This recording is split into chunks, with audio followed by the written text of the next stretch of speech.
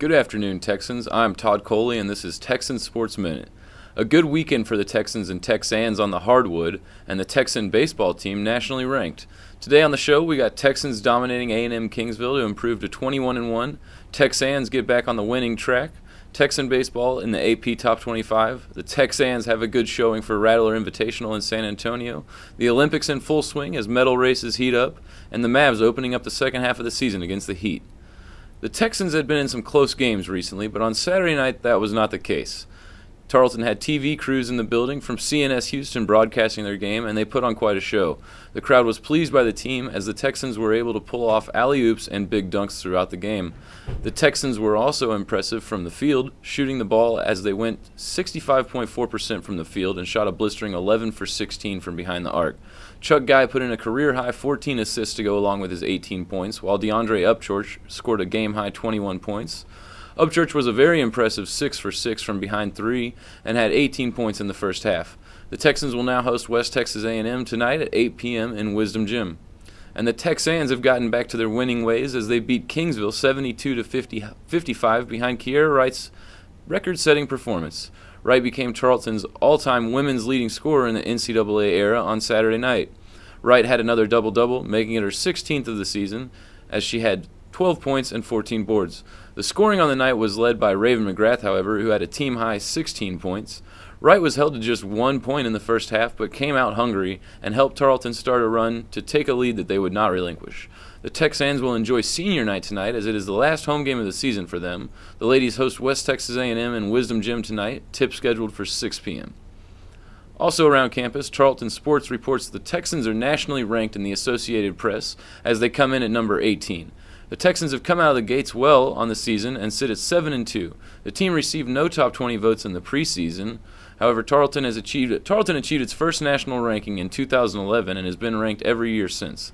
The Texans are third in the South Central regional rankings, while Tampa remains number 1. The Texans look to improve on their record and rankings this weekend when they host Arlington Baptist.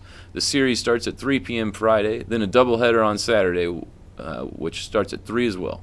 And lastly, Tarleton Sports reports that the Texan golfers had quite the showing in San Antonio this last weekend for the Lady Rattler Invitational. Tarleton came in second behind St. Edwards with 42 over. St. Edwards finished with a very impressive only 23 over. The Texans had Isabel Jimenez Perea finish in second in the individual category, going just 5 over on the tournament. Tarleton's Jessica Pickwick finished fifth at 8 over. The Texans have a few weeks between now and their next tournament, which takes place in Las Vegas. That tournament is the Las Vegas Desert Classic, hosted by Missouri St. Louis. First round will start March 2nd. For national and Olympic coverage, the AP reports in Sochi the Russians' hope for Olympic gold in hockey has come to an end today as the Russians lost to Finland 3-1. This now makes it 22 years since Russia has won a gold in hockey at the Winter Games. In alpine skiing, Ted Ligety brought home gold for the U.S. Ligety first had Olympic fortune in 2006 when he was just 21, winning his first gold medal in the combine. The U.S. is in third now in total medal count behind Russia and Netherlands, who have 22 total. The U.S.'s 21 medals consist of 7 golds, 4 silvers, and 10 bronzes. The men's hockey team went through their qualifying group with relative ease and go into the tournament portion with serious momentum. For more on the U.S. men's hockey team, we move to the AP for video.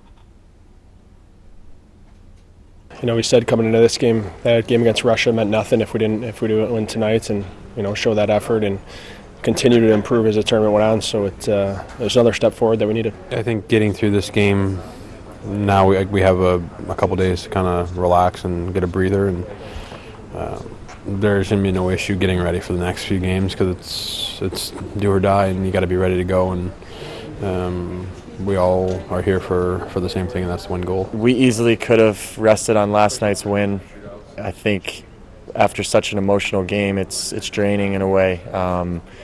To come back into maybe an atmosphere that's not as rowdy and just get yourself going again. And I think Phil Kessel did a great job tonight of kind of taking it on his shoulders in the first period and playing and making some big plays for us.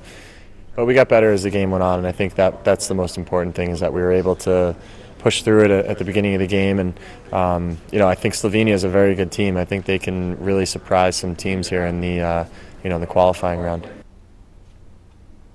The Dallas Mavericks started the second half of the NBA season as they hosted the Miami Heat last night.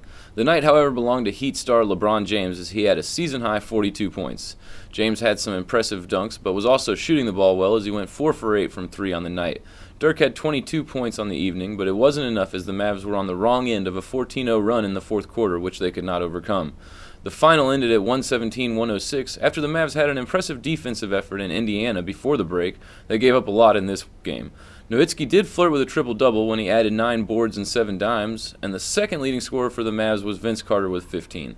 The Mavs head on a 3-game road trip now that starts in Philly Friday against the Sixers. That wraps some of the sports from around here for the week. The week ahead looks full as the Olympics continue and the Texans head toward the conference tournament.